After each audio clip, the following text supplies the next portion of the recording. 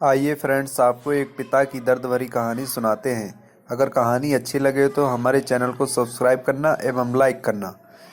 एक गांव में एक छोटा सा बच्चा था। उसके पिता तो थे लेकिन माँ की मृत्यु हो गई थी।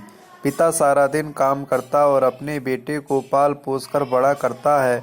वह सारे सुख अपने बेटे को देता है जो एक माँ दे सकती थी। उस पिता ने कभी कुछ नहीं मांगा, सिर्फ इतना ही मांगा कि मेरे बेटे को कोई परेशानी ना हो। दिन बीतते गए, बेटा पढ़ लिख कर अच्छा जॉब भी करने लगता है और वह शहर में रहने लगता है। कुछ दिन बाद वह अपने पिता से मिलने आता है और कहता है, पापा मुझे कुछ पैसों की ज़रूरत है। मैं चाहता हूँ कि शहर में ही ज़मीन लेकर अपना घर बना लूँ।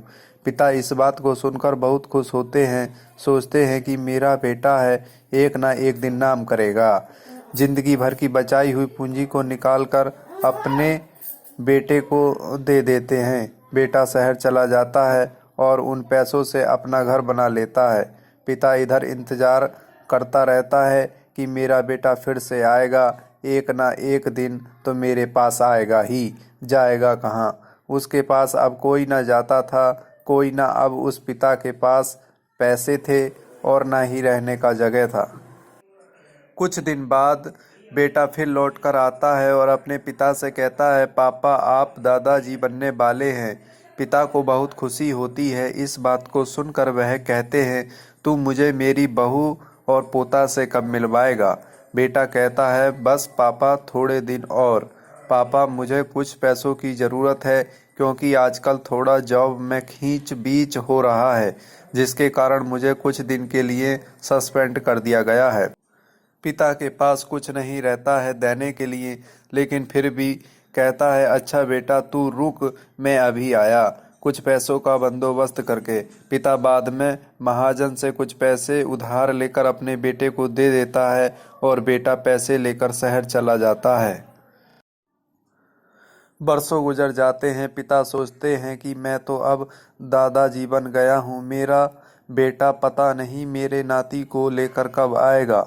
फिर सोचने लगते हैं, समय नहीं मिलता होगा इसलिए मेरा बेटा अभी तक आया नहीं, वरना आया जरूर होता। तब तक महाजन 2-3 आदमी को लेकर उस पिता के घर पर आता है और कहता है कि आपके वादे के मुताबिक मैं पूरे 3 महीने बाद आया हूँ अपने पैसे ले जाने। पिता कहते हैं, मेरे पास पैसे नहीं हैं देने के लिए। महाजन कहता है, जब पैसे देने नहीं थे तो आपने मुझसे उधार क्यों लिया? तभी पिता कहते हैं कि ठीक है रुको, मैं तुम्हारे लिए पैसों का बंदोबस्त करके आता हूँ। और वहाँ के नज़दीकी अस्पताल में चले जाते हैं। वहाँ जाकर अपना ब्लड डोनेट करते हैं और अपनी एक किडनी बेच देते हैं और उस महाजन का कर्ज छुट्टा कर देते हैं।